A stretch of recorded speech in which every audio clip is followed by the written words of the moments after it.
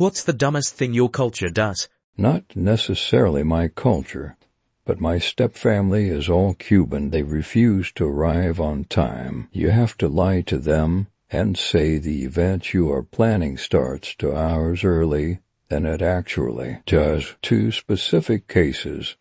One, my stepbrother's wedding was posted to start at 2 p.m., but actually started at 4 p.m. till we had dinner reservations for 6:30 at a restaurant. My brother and I showed up at 6. We wait some more. Nobody else in the family has shown up. We call my stepmother, who made the reservation in the first place, and by this time we are both starving.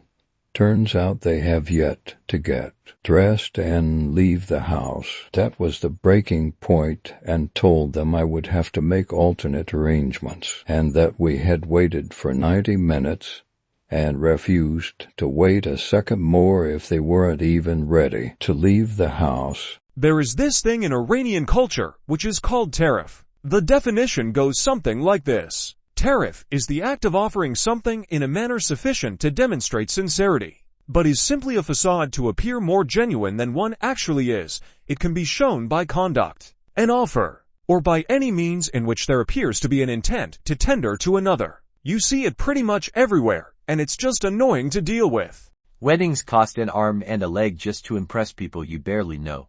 As a semi-Slav, I can tell you that Slavic superstitions are the strangest. Here are a few examples. Don't whistle in the house because the money will disappear.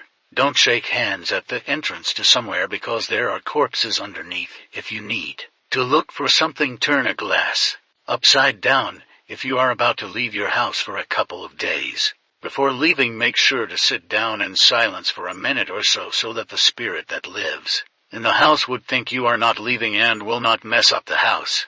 I haven't taken a vacation in 3 years.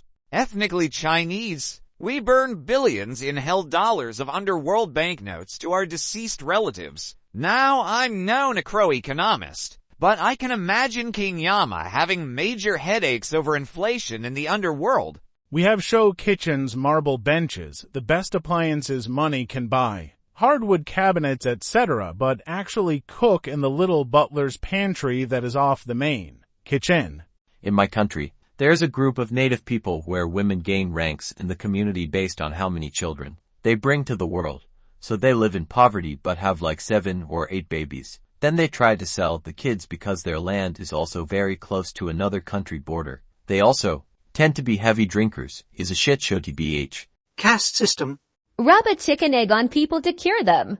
Argue over the origin of pavlova. Our alcohol culture is insane and often toxic. Delayshad.